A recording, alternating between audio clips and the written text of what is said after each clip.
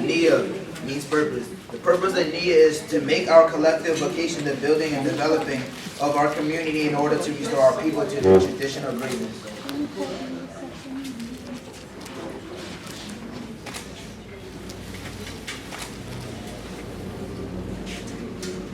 Who are you, young man?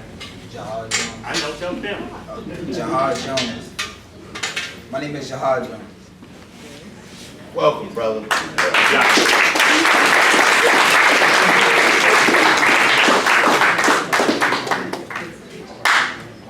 Nia says, to make as our collective vocation the building and developing of our community in order to restore our people to their traditional greatness. Oftentimes, we think about what greatness, but I'd like to remind you, you have a great, tremendous history. Africa is the birthplace of humankind. Humanity in Africa goes back 1.7 million years ago. The next oldest human is called Java man, the pecan man. That's 500,000 years ago. The next oldest is the European or the Neanderthal. This man go back 400,000 years ago. There have been other dating of man-like creatures found in East Africa.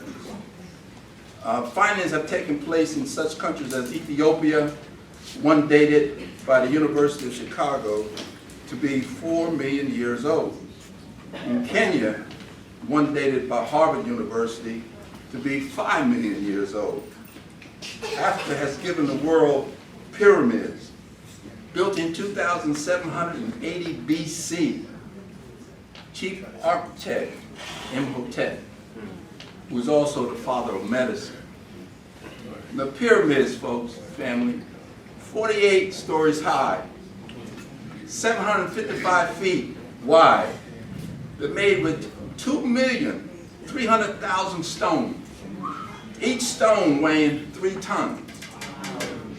Now, this is 2,780 years ago.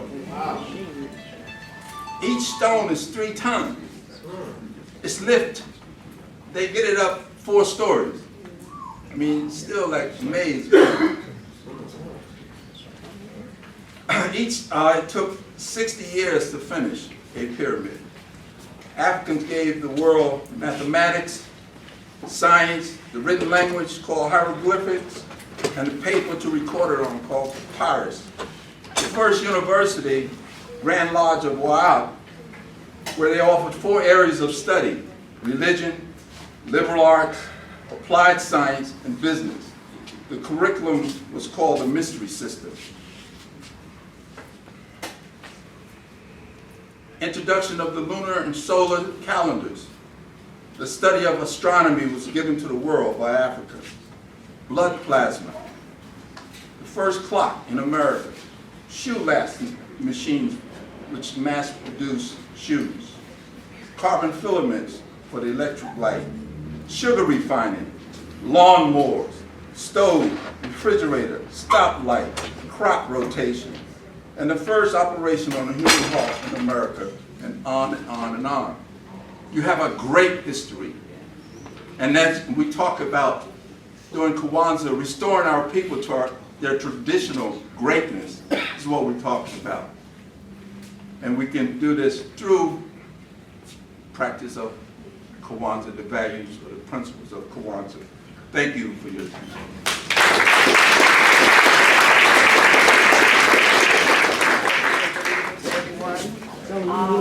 My name is Clara Canty. I'm really just a little excited, from last year, and I wanted to be a part of it this year, and I still have more to learn.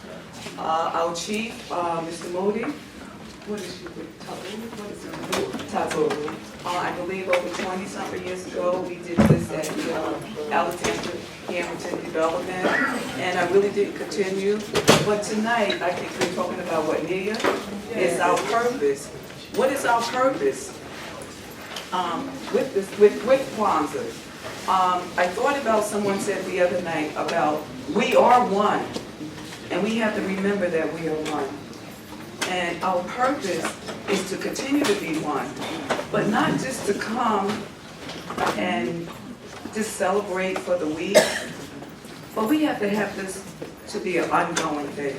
And coming in here tonight, I said, you know, the facility is beautiful, but I would like to see, as one of our purpose, that we get our own building. And we have to be serious about what we do. Someone said the other night was, you could talk the talk, but we not walking. And I remember when I was a little girl, you know, people say you can talk the talk, and you know the other stuff. But you know what? We need finance. When you become one, you need the finance to be heard. I would like to challenge every person in this room. You know, when it comes down to finance, we freeze up. We'll give everybody else our money. We trust everyone else with our money, but we don't trust each other with our money. We get caught up into who's going to be the leader.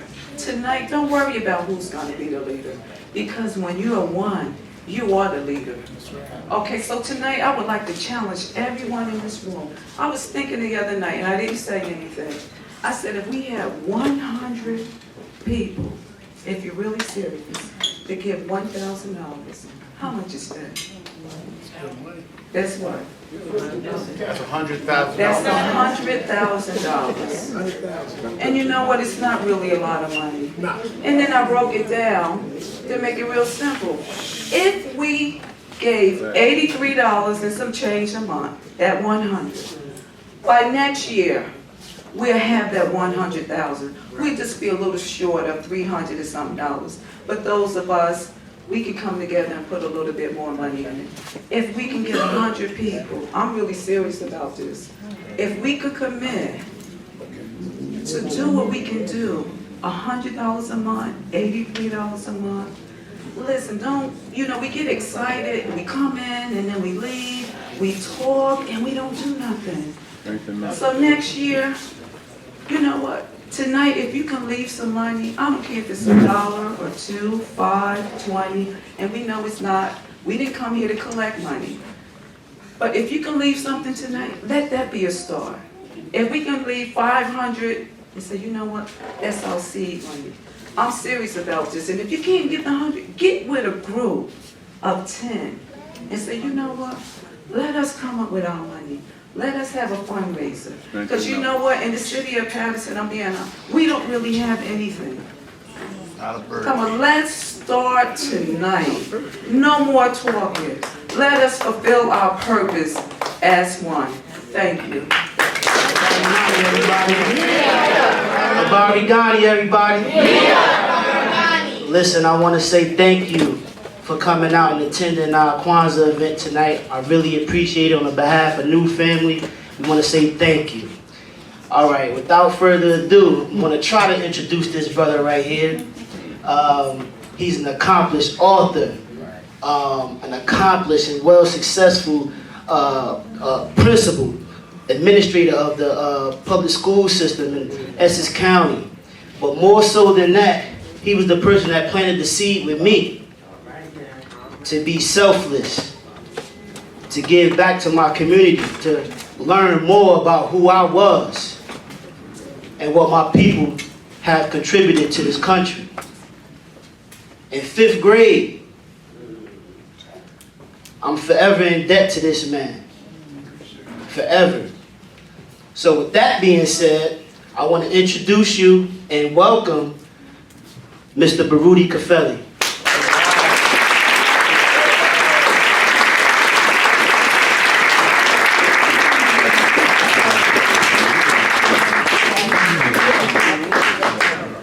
Barigani. Caught you sleeping. Barigani. Right, Nia. Good to be back in Paterson. Somebody, one of the brothers, can you help me move this back slightly? I need some walk room. Got wheels. Oh, got wheels on? Yep. Man, it's good to be here in Paterson. And let me say this to you. I say this sometimes, and sometimes I don't bother, but I know a lot of folks that do the work I do as speakers. They come with a price tag, and I don't want folks looking up here and saying, I wonder what they paying him. I don't ask for an honorarium, all right? Every time I get paid is when I do professional training where they should be paying me. That would be only right. But when it's community-based, we don't talk money, we just talk what time, what day, and let's get it done. All right, so that's why I'm here, so that we can clear that away. I want to also recognize Kwanza, one of my former students, and what a great day today was. And hear me well, folks, I'm going to stay on task, on topic for the time I'm up here. And somebody needs to tell me how long I should be up here, because I'll go all night. Take your time. It'll take a few minutes. But this morning, I'm one of those social media junkies. I live on social media. And this morning I posted a photograph of myself and a class of mine in East Orange back in 1993 or 4 with the entire display in front of us. And I said to the folks that read the post, I said, you know, I was teaching this in school every year. I said, stop making excuses and teach these kids what they need to learn. See, because some of us will say, well, I can't because of this principal or this school system or this whatever. And my mindset has always been, and I've got former students in this room, so they can attest to it. My mindset has always been, I'm going to teach what I need to teach, not just what's in a curriculum. But I'm going to make sure that I say those things which need to be said. So brother asked me to speak on the Amistad, so I'll just use that to kind of transition into it, then I'll get into my topic. 2002, a law is passed, introduced by Craig Stanley, Assemblyman at that time, and Bill Payne, Assemblyman at that time, called the Amistad. And as you said, Africans and Americans were required to be taught about in curriculums across New Jersey, whether it be urban, rural, or suburban. That became law. So nobody had to sneak around and teach blackness anymore. You can just do it. But the problem is that was 2002, and here we are a few days away from 2016. And there are no districts in the state of New Jersey that have implemented that law. There are pockets, conscious teachers in classrooms, perhaps some principals like myself, but in terms of a school district, there are none of the 660 school districts in New Jersey that have implemented the Amistad law. So when you look at it, well, it kind of makes sense. Because if you implement that law, there's a few things that happen. Number one, black children start waking up. Because now they become introduced to themselves. They become introduced to who they are. And I'm convinced, I'll take this to my grave, that when black children are introduced to the knowledge of themselves, the whole game changes. Right. And as long as they walk through the world with no knowledge of self, no knowledge of who I am historically, culturally speaking, then we will continue to see what we see. I'm not putting any blame on them, I can't. No. Because it's not their fault. But there's something else that happens. Because as that same curriculum is in other schools outside of schools that are predominantly African American and or Latino, then young people begin to be introduced to who these black children are, who these black people are. Because right now, they don't know who we are either. So the biggest secret in the world is who are African American people. Because we're so guilty of not knowing self. But then the other side, and other folks of other ethnic ethnicities don't know who we are either. So therefore the significance of the implementation of the Amistad law. But then that takes me to what's behind me here. My task was, Kwanza sent me an email about a month ago or so, and he said to me, he said, would you talk about purpose? Because I was coming on NIA Day. So I want to talk about purpose. And I want to tie it into, and I'll keep getting from in front of it. cameraman told me try not to go beyond these boundaries here, so I was gonna try not to. Under normal circumstances, I'd be over to you and over to you, right? So I'm trying to stay here. But purpose. Let me give you a little bit of background about me and tie this in, and we're gonna bring it home and have a couple questions when we be done. I was a principal in East Orange and Essex County in North for 14 years. But within that 14 years, I had the audacity to believe that I had something that could benefit America. So I said, let me take this message beyond the walls of my schools and district and begin to train teachers and train principals on how to be effective with children in these inner city schools. So I began doing that on weekends and then leading my schools during the weekdays. But then I started writing books. As a matter of fact, I was writing books since I was a classroom teacher. But I started writing more books, but they were for educators. In 2011, I said, I need to step out. So I left Northtown after being there for 6 years. And I said, I'm going to create clients. I'm going to build this business. And I'm just going to spend my days on the road, training teachers, principals, etc., on how to be effective at very high levels with our children.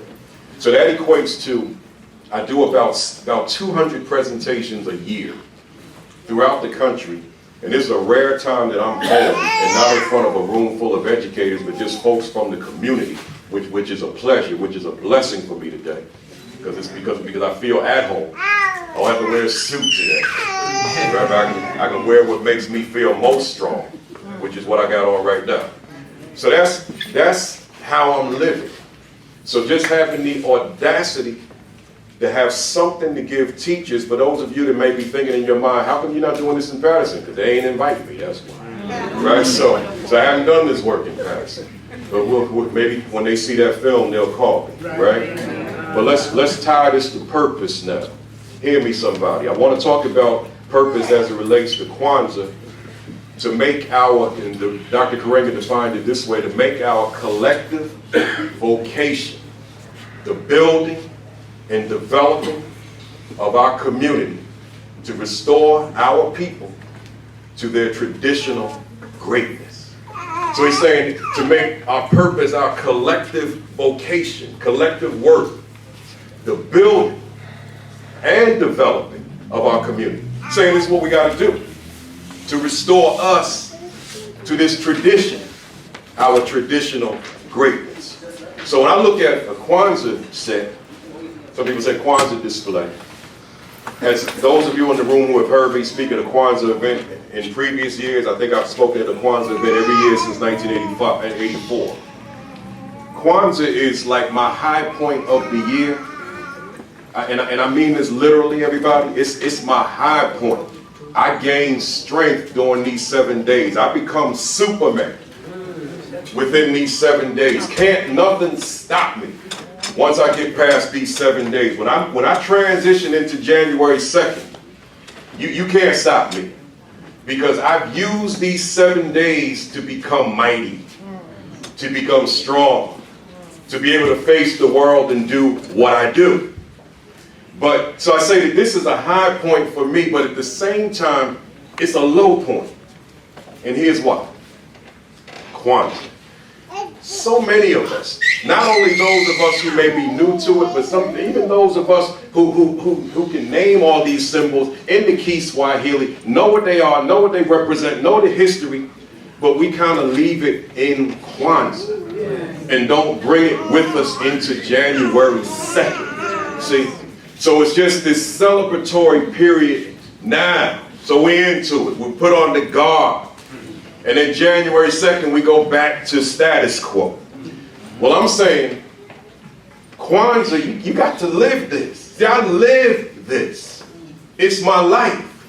So when you live it, it kind of changes your perspective on things. It changes your outlook on things. It makes you that much more daring, that much more willing, that much more passionate, that much more purposeful in doing the things that need to be done.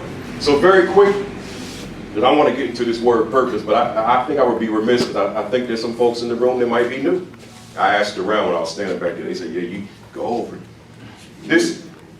This mat here, that you can't see because sitting down, but the Mkeka, the mat. There's a lot of meaning there.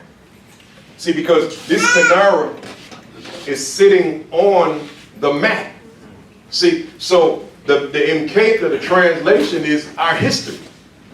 And see, as long as, going back into the community, long as our children do not recognize the person in the mirror, they pose no threat, they pose no challenge to anybody. So Karenga was brilliant, creator of Kwanza back in 1966, out of Kawaida in 1965. He put the Kinara on the mat because the Kinara symbolizes the people. So the symbolism is our ancestors resting on the history. But then he took the candles and put it in the Kinara, Mishumasaba, representing the principles. So he's saying, taking the principles, putting in the people, with the people standing on the tradition, the history. See? So now when we walk in our daily lives with these principles working within us, see, it's like, if I could slightly deviate, but I'm really not. Don't worry about it. I'm on this thing right now. When I was coming up, you know, I've been conscious for a long time. I got conscious in 1984, right? I'm 55 now, so when I was 23, I became conscious of who I am, changed my name and everything, right? So, back coming up, and some of y'all remember, if a brother see a brother, it's just automatic that we're gonna give a head nod, or what's up, or something. We're gonna acknowledge one another's presence as we walk past one another. We're not gonna have a conversation. But I'm talking about strangers now. We have something. And keep it moving. That's like gone now. Right. And it bothers me. So I'll go on Facebook some mornings and I say, I'm going to make these brothers speak today. You pass me, you speaking to me. Right? So when you talk about the first principle, umoja, see, unity. How are we going to talk about unity? We ain't even talking to one another. I work out in this gym, right? I'll tell you why a little bit later. And we in the locker room and stuff, all these brothers in there. I'm like, what's up, baby? Don't even want to look at me. I'm like, what's up? Now you gonna talk to me. What's up? What's up, soldier? Right? So I'm saying, I'm going way back to just its basic minimum that we gotta at least say hi to one another. If we're serious about unity, umoja, right? So he put that one right in the center. And then for those that don't know, when we light the candles, and they did it right, because some of these programs, they be lighting them like wrong. And I said, yo, you don't do that. They'll light all the candles on the first day, right? They were tight heads. I had to do nothing. I'm at this Kwanza program the other night, years ago. They lit them all up and had them in red, green, black, red, green. I said, y'all can't do that. We got to keep this thing the way it's supposed to be. You can't be creative with tradition. So I hadn't been to the program in about 20 years. So I showed up and the only seats available on the front row. That lady remembered that. She was on Emoji Day. She said, Brother Kufele, did we do it right? She was all nervous. I said, hey, y'all did it right. You know, that was 20 years ago. I'm a little skinny guy with an iPhone and goatee. Let that go. Right? But she remembered. You got to do things right. So, Kuji Chagalina, self-determination, right? What a powerful principle, somebody in this room. This means that it's going to get done. I don't care what it is. Like Sister talked about, everything you talked about, and my mind said, Kuji Chagalina, self-determination. And I peeped what you did. I won't say nothing. Man, and that's commendable. But you put it where your mouth is. See?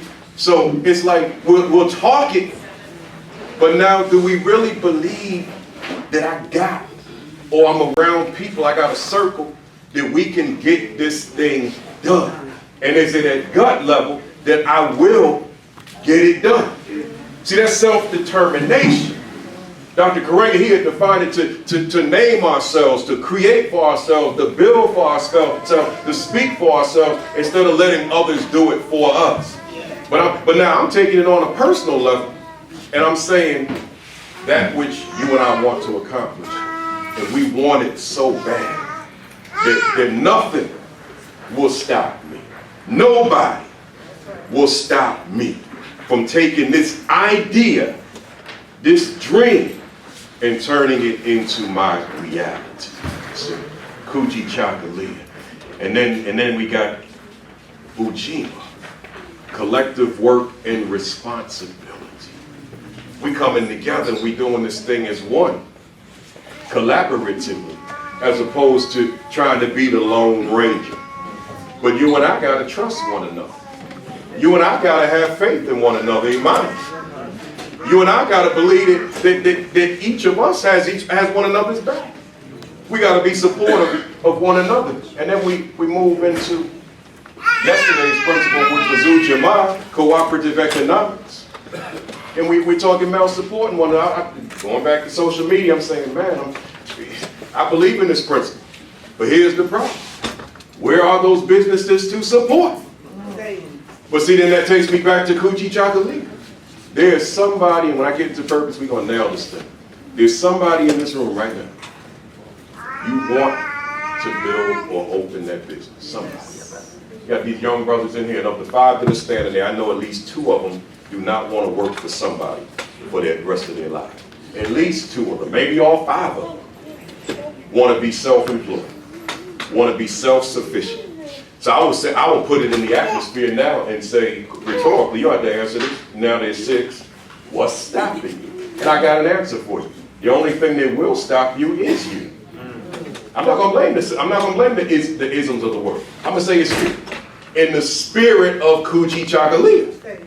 Self-determination. I could blame the isms, but then I'm contradicting Kuji Chakalia. See? So then as we live in Kuji Chakalia, now we begin to build these businesses, and now we can talk seriously about cooperative economics, supporting one another. You know, I'm looking at all these black businesses. You know, got the holiday season, and we'll get to the kind of gifts that we need to give, but there's a reality out there in terms of folks who have certain expectations. But where are those businesses if we do not create them? And then that takes me right to where we are today. Nia, purpose. This is my favorite principle. Nia. I say to folks, I was born for this principle. Nia. It's what I stand on. Nia. See, as an educator, I purposely didn't give Laquan my bio to read. I said, we don't need to bore with all that stuff. But they tell me we've done some things over the years. That's what they tell me. That's okay. That's good.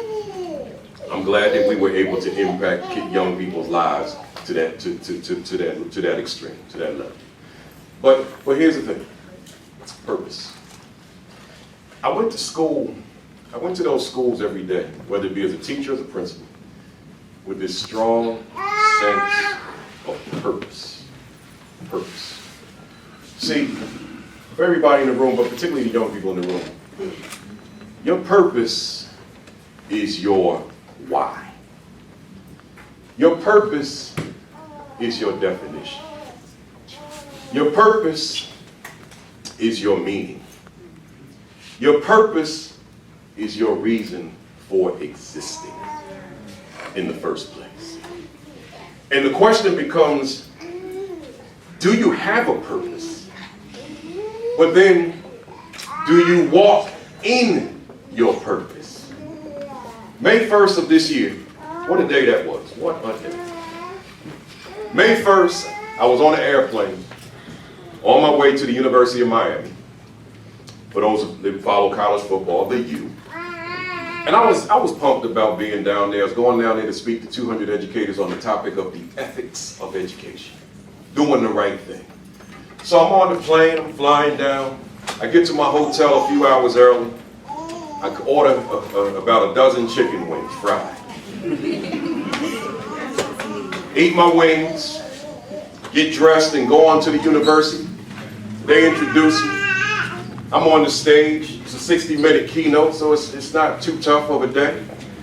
But 30 minutes into the keynote, to keep a long story short, heart attack, y'all.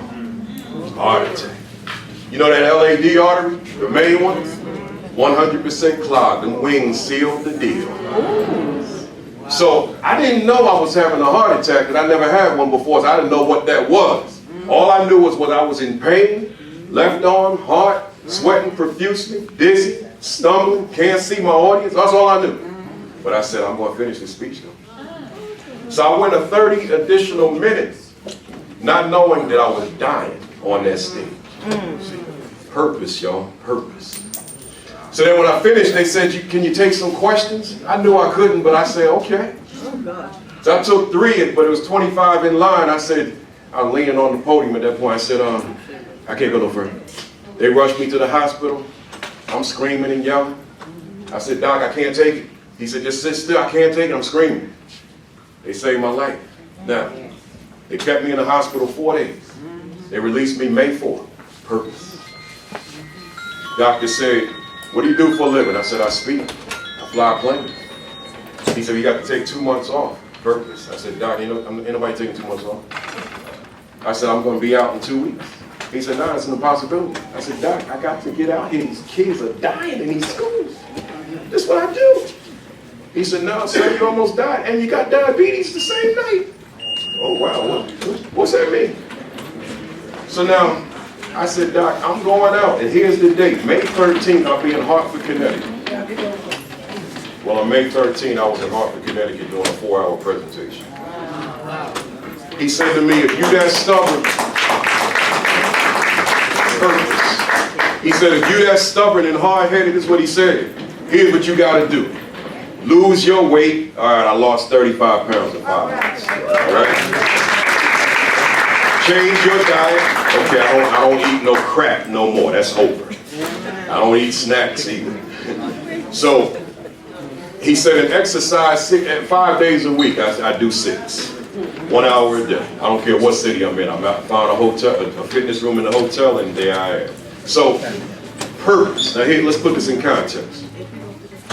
I said not even near death is going to keep me from this work because of my definition, because of my why, because of my meaning, because of my reason for being.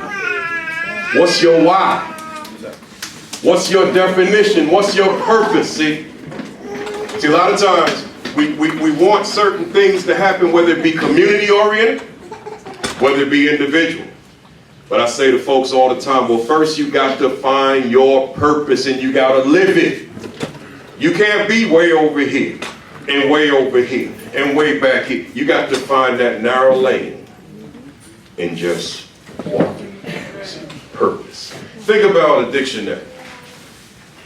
A dictionary is filled with just hundreds of thousands of words. And there's no word in that dictionary that has a blank space next to it. Every word has a definition. Every one. Well, think about us. Imagine if we think about our name, and then as it relates to our purpose, there's a blank space next to it. You got kids in these schools in Paterson that got blank spaces next to their name. It's their name and then it ends right there. How am I going to move forward if I have no definition next to my name? See, the definition says, well, this is who I am. So therefore, that will drive the way I walk. That'll drive who I become, what I become. But if I walk into a classroom and I got no definition, I got no meaning next to my name, I'll deviate to anything that looks like me. I'll do anything. I'll gravitate to whatever because I have nothing to help me to stay the course. See, purpose. So I'm saying to us, we got to make sure that we are walking in purpose, particularly young people in this room. How dare you not be able to live your lives on your terms? Again, I get all this out here, the isms of the world. I live it. I get to see it. I get to experience it daily. Because quite frankly, in the work I do, when I walk into a room, let me be very crystal clear here. I say to folks all the time, and I'll say it to you, I don't speak to black audiences that much. Let that marinate for a second. I don't speak, it's always a pleasure to be in an environment like this. Now, let that marinate for a minute so that you can come up with what I mean. I'm going to tell you in a second. See, my audiences, they work with black children every day. Let that marinate for a second. Just let everything I'm saying sink in. In fact, let me take it back to where I started. I don't speak to black audiences very often. But my audiences work with black children every day. You see what I'm saying? I don't mean just in New Jersey. I mean in every state that I work in. I work in 45 states. Wow. Montana, South Dakota, North Dakota, Iowa, and Idaho, and New Mexico haven't invited me yet. and Maine and New Hampshire and Vermont, I forgot those as well. So I missed my count slightly. But here's the point. So I'm working with educators who are in classrooms with children who look like yours, but I'm with an audience that does not look like those kids. See, so now, a lot of times when I walk into the room, that's a new experience for the folks sitting in the room like, whoa, who's this dude? His name is Baruti Cafe. Like, what's he bringing? See, and then often, unfortunately, I've got to cut through some hostility as well. Because see, there are folks in the room across racial ethnic lines who think they know it all. The kids are family, but I don't need nothing new. Purpose. Purpose. What's your definition? What's your definition? See, my definition, I defined myself many, many years ago. Let me give it to you short. To motivate, educate, and empower children. Period. That's why I wake up in the morning. To motivate, educate, and empower children. Let's break that down slightly. Motivate, well, that's a given. That's a given when we think about the role of an educator to motivate kids. Okay, I'm not going to say they're all successful with it, but it's a given. The second word, educate, it's a given. It's a school. So it's theoretically we're there to educate children. But it's that third word, empower. That is not a given. And that's the one we miss. See, empower means the youngster is ready to turn the corner. See, and too many kids are in classrooms in schools with educators who only motivate them, might get them excited, educate them, might enlighten them, but did not prepare them to turn the corner. So a kid can graduate high school on June 25th and be lost on June 26th because he was not empowered to be able to function out here. So the isms of the world within this spirit of Nia, for any youngster in this room that's doing so well academically, the isms are going to smack you in the face. They might even knock you down. They might even put their foot up your behind. But the question is, are you going to know how to deal with the isms of the world? Because they're so real. See, so I had to figure out, how do I live my purpose, which is an industry that is not African American, as a professional consultant, educational consultant? How do I get into that thing? And then how do I keep folks inviting me to keep coming back? So I had to figure that out, but because I'm rooted in my purpose to motivate, educate, and empower, I said, well, the only way I can make this purpose manifest is I gotta be in there with those kids and with those educators, see? So purpose is vital to what we do. But let's go a little bit further. In the name of purpose. What are our children learning when they're in school? You know, we talked about that other stuff. I think you also asked me to talk about expectations, right? What are they learning? See, those of you in the room who have heard me before, you know my favorite book. It's entitled The Miseducation of the Negro. There's no book ever written that means as much to me as that book. There are great books out there. I've read a lot of them too. But there's something about that miseducation of the Negro written by Dr. Carter G. Woodson in 1933. There's something about that book that's just a little bit head and shoulders for me over everything else. So I literally teach on this book amongst teachers across the country. I don't care who's in the room, because I recommend a whole lot of books to educators that I say, if you're going to connect with our children, there's certain things you need to know. See, so the miseducation of the Negro. Here you got this paragraph, many of you know it. It opened my eyes in 1984, I was asleep until then. He said, when you control a man's thinking, you do not have to worry about his actions. You do not have to tell him not to stand here or over yonder. He will find his quote-unquote proper place, and he will stay in it. You do not need to send him to the back door. He will go without being told. In fact, if there is no back door, he'll cut one for his special benefit. His education makes it necessary. I said, man, this makes sense.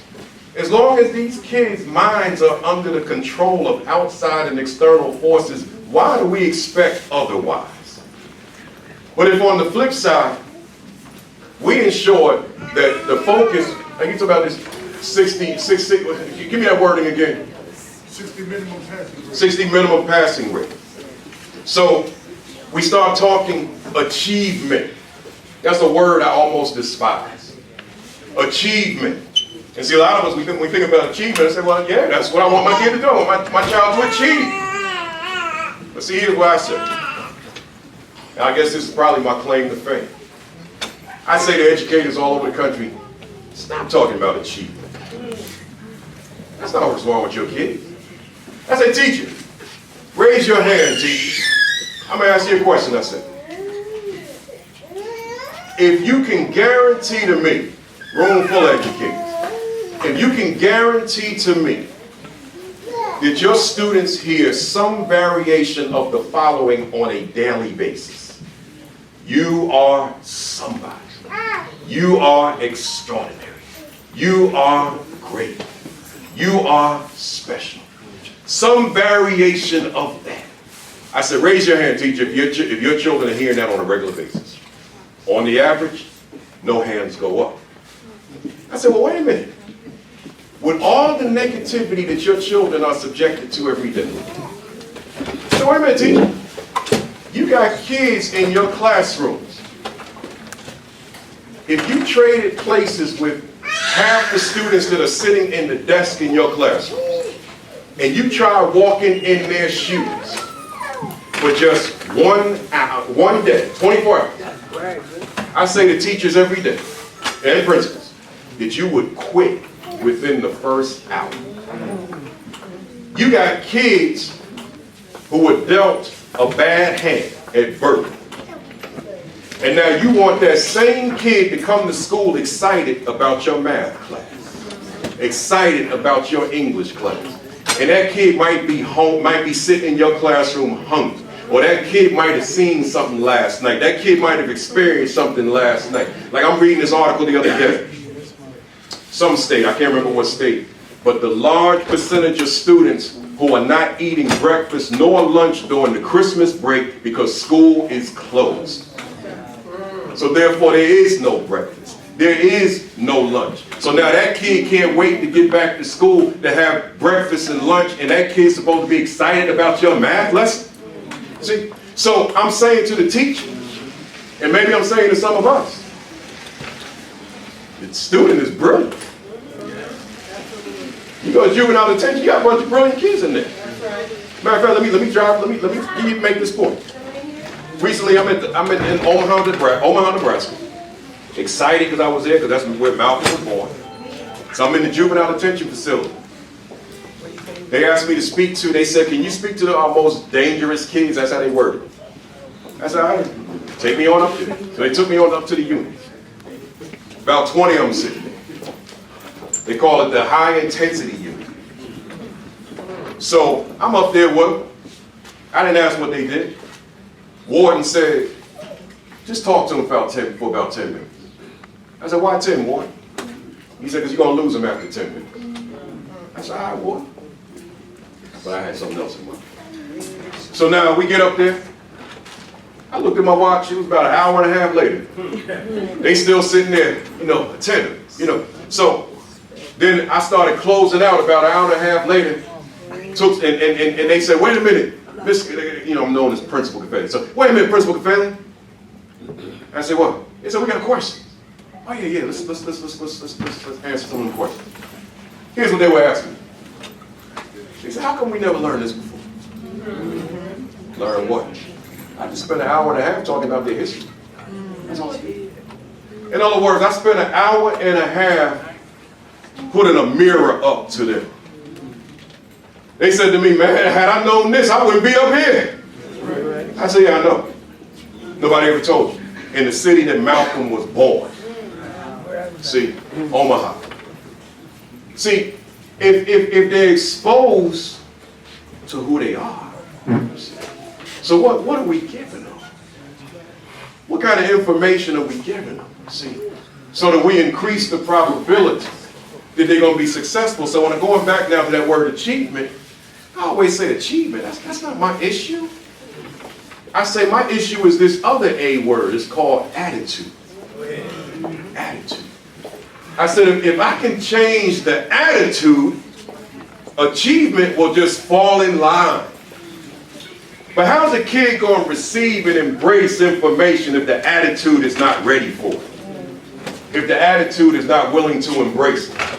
So, you know how we use that terminology, the achievement gap? Well, I said, throw that out the window. Don't even use it. I wrote this book called Closing the Attitude Gap. And I said, we're going to focus on attitude. So as we leave here and you go back into your respective worlds and you're working with children, your own children or whomever's children, what do you think about this attitude gap? Here's how I'm defining it. The gap between those students who have the will to strive for excellence and those who do not. Again, the gap between those students who have the will to strive for excellence and those who do not. Here's what I'm saying. Any given school, any given classroom, any given grade level, any given department, there's that kid that's highly motivated, self-motivated, and then there's that kid that I don't even want to be here. And then there's everybody in between. I say to educators, I want to go after those kids. I want to go after their attitude because they're brilliant. See, I'm going to make that assumption before the first day of school, before they walk into the building. I'm going to make that assumption they are brilliant. So I'm going to operate on that premise. I'm not going to look at them, and because he may not be or she may not be acting the way I would want them to initially, and therefore conclude that there's something wrong with this kid. I'm not going to do that. See, for those of you that watch sports, it's one thing to be talented on the field, on the court, on the diamond, whatever it is, but it's another thing to have the will to win. See, I want to tap into the will to win.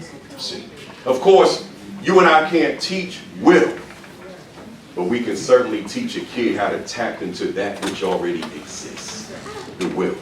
But when you think about that word purpose, though, there's another one I want to lump in with it. I call this, I said purpose was Nia was my favorite principle. Well, here's my favorite word. I don't know how many people go around having a favorite word, but I got a favorite word. My favorite word is this word intentionality. Intentionality. Let me break it down. When you think about the word intentional, the root of intentionality, intentional, its dictionary definition is done on purpose. That's it. Done on purpose. So watch this. I just stomped my foot on purpose. Watch this.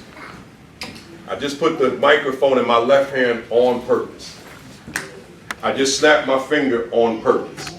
Imagine a mindset in our households and in our school where we say we are excellent on purpose. See? Excellent on purpose. Not I'm striving to be excellent. Not that's out the window somewhere. We say we are excellent on purpose. See, I'm known, I should speak right into the camera on this one. I say that leadership matters. You show me a school with a strong leader, a visionary leader, a leader that sees greatness before the first day of school, a leader who has declared an intentionality of excellence. I don't care where them kids are coming from, what their past experiences are, and who those teachers are. When that leader says, that's all right, because I'm here, and we're going to make this thing fly, then I'm saying that's a school with a wealth of potential. But you take, on the other hand, that school that's got them dynamite teachers, motivated kids, and a weak leader, I'll show you an underperforming school every time, because the leadership matters. See, so now we take that, and you got this leader in this school who declares an intentionality of excellence. So now we're saying we are excellent. This is who we are inherently. We ain't trying to get there. This is what we are. And sells that mindset, that ideology throughout the building, throughout each classroom, where kids say, yeah, well, what does make me inferior to someone else? What does make me different? I am excellent. It can be sold because I've done it. But I've seen others do the same thing. So it's all doable. But one has to declare it. But going back to that candle, purpose, Nia, one has to be rooted in a sense of purpose. Are you leading this school? Are you teaching this class? Are you parenting it at home because it's something that you just got to do? Or are you doing it because it's your purpose for your life? And then in terms of the philosophy, is it an intentionality of greatness, an intentionality of excellence, or am I willing to settle for mediocrity? Am I willing to settle for average? Am I willing to settle for okay? If I might personalize it again, me, I'm not willing to settle for average for myself. I'm not willing to settle for mediocre for myself. I'm not going to allow myself to fall into that rut. See, whatever it is I got to do in terms of the work I do, but also in terms of the husband that I am, in terms of the father that I am, then I'm going to get it done. See, I'm going to make it happen. That's intentionality, done on purpose. So we got to think about that in the spirit of Nia, in the spirit of purpose at all times. I got to get it done. I'm rooted in my purpose, but am I doing it on purpose? What kind of goals have I set for myself? Don't worry about resolutions going into 2016. Being, what's the word I'm looking for? I don't want to be literal in this, but I say that that resolution thing is nonsense. I say, set a goal. Write the plan. And then live the plan. Break the goal up into short-term goals. So what will I achieve by the end of next week toward the long-range goal? What will I achieve by the end of 2 weeks, 3 weeks, 4 weeks? And what's the plan of action? Gotta have a plan. That's all purpose. But then, coupled with that, how am I living? Am I sleeping 10 and 12 hours a day? Am I watching TV? Am I sitting up watching them reality shows? Or am I on my grind 24/7? Let me tell you something, folks. I grind like it's going out of style. Because I got goals I'm trying to attain. See, I got things I'm trying to achieve. So I don't have time to sit around and watch television. I don't have time to sit around and waste time. For the young people in this room, and a lot of y'all in here, every minute, every second counts. So I don't know when the last time I slept 8 hours. Because I don't want to sleep 8 hours. Because see, if I'm sleeping, then my competition is moving. And I don't want my competition to outpace me. So I'm getting up early so that I can get it done, and I'm going to bed late. See, because I'm still working. Starting to write my 8th book. I said the goal is January 1st, I'm writing the introduction. I'll be finished the book by March. And I promise you, I'll say it right here with that camera rolling, on December 30th, 2015, it will be a smash success. There's another book written for teachers. I'm declaring it now, The Intentionality of Excellence. See, it's a mindset. It's an attitude. And you and I got to make sure that we maintain it. So, I'm getting ready to wrap up now. So let me leave you with this one more word. I don't know if we're doing any question and answer or not. But when I use the word attitude, I'm remiss if I don't couple it with another word. And that word is decision. See, because it's one thing to have the right attitude. It's one thing to have the right mindset. But if you don't make the right decision coupled with the attitude, then the attitude is all for naught. So if the attitude is, I want to do great things, I want to achieve great things, whether it be on a community level or the individual level, then you got to make the decision to grind on a regular basis. That means you got to read, and read. That means you got to work, but that work's got to be smart. But you got to have that vision. You got to see it in your mind's eye that this is what you're going to do. I mean, I walked away from a principalship with a $150,000 salary and had not one client on the other side of resigning from that position back in 2011. From the superintendent on down, everybody said, "You out of your mind, what are you doing? You got kids in college, how you gonna pay their tuition? You got another one that's in grade school, how you gonna plan for her?" I said, "That's all right, just watch me. Just keep your eye on me and follow my lead." So now I've been out here 5 years and they doing just fine. See, so what I'm saying to you as I close, in this spirit of purpose, let's walk in our purpose. There's someone in this room right now. If you don't get the chance to ask me, I know it's on your mind. I'll give you the question that's on your mind. Principal Kafele, I heard you tonight. But quite frankly, Principal Kafele, I don't know how to find my purpose. You in here, I know. Might be someone young, might be someone not so young. How do I find my purpose, Principal Kafele? Let me give you that answer, because I know it's in this room. You find some corner where you live, some corner within your home, and that becomes your home within the home. And you just sit, you turn everything on, and it's just you and your corner. And if it takes a week, if it takes a month, if it takes a year, it's just you and your corner. You finding you. Therefore, young people, we'll go through life, and we thought we knew ourselves. The name on the license said that we were so-and-so. The name on the driver's license or the name on the birth certificate said we were so-and-so. But really, we didn't know who we were beyond that name on the documentation. So then within, there's this person. And we'll go from birth to death or transition and never discovered who that was inside. So one has to sit down in that corner, that quiet place, and just find out who's in there, who's trapped in there that you won't let come out and manifest him or herself. But if you don't take the time, some of us feel we need to be around people all the time. And sometimes the people we're around are the problem, right? So want to be around people, tell them folks that I got to be by myself for a while. Get in your quiet space and find you. Find your walk.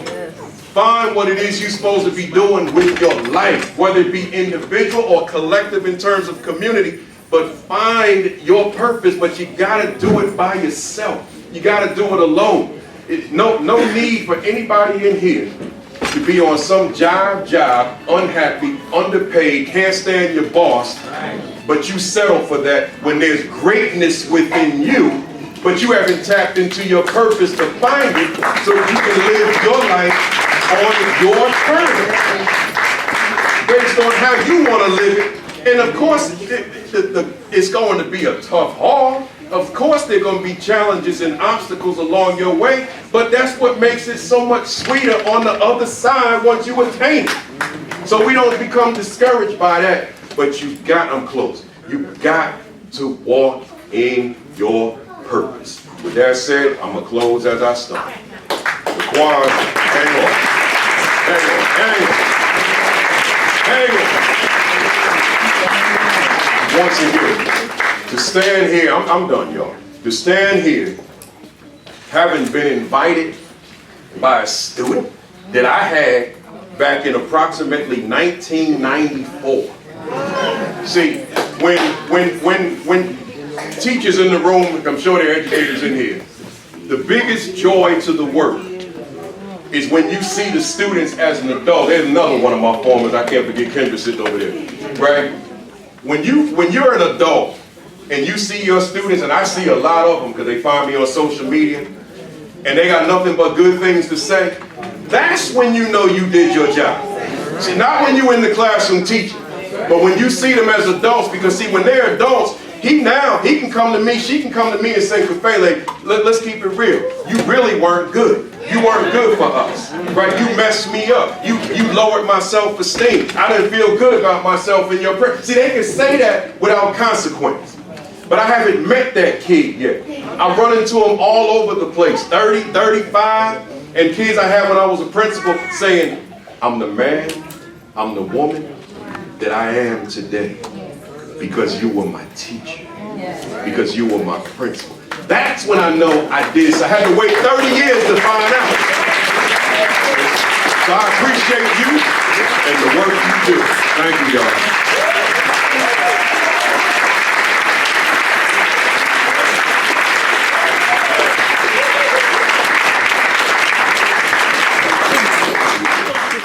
Just get a card from me, principalkafele.com, and here's why. I'm not even selling my books, I came empty-handed. But here's why, the videos. I got a video series that I created called Message to Your Son. Real quick. I can't believe I forgot to say this. It's called Message to Your Son. It's 192 videos where I'm just talking to young men, young men singing, talking to young men about everything imaginable about being successful, right? So all you got to do is, they're on YouTube. I got another channel for parents. I got another channel for educators, another channel just for teachers, another channel for administrators. But all you got to do is go on principalkafele.com and you'll see the link to the YouTube channels on there. But here's what I say. Have the young men, I don't care how old they are, just sit down and watch one a day. They're like 4 to 6 minutes long. Kids, and that's across racial ethnic lines, just young men. Kids watch them all over America every day. In homeroom class, after school, before they leave to go home, lunchtime in the cafeteria. They watch them all the time to help empower them to take them to another level. So again, come up and get a card from me at some point, and I'm done. Thank you. A round of applause, please. Awesome. And again, let it be known that I appreciate you and I respect you for all that you have done throughout the years and for planting that seed with me, man. I appreciate you, brother. Forever in debt to you. And my mom over here.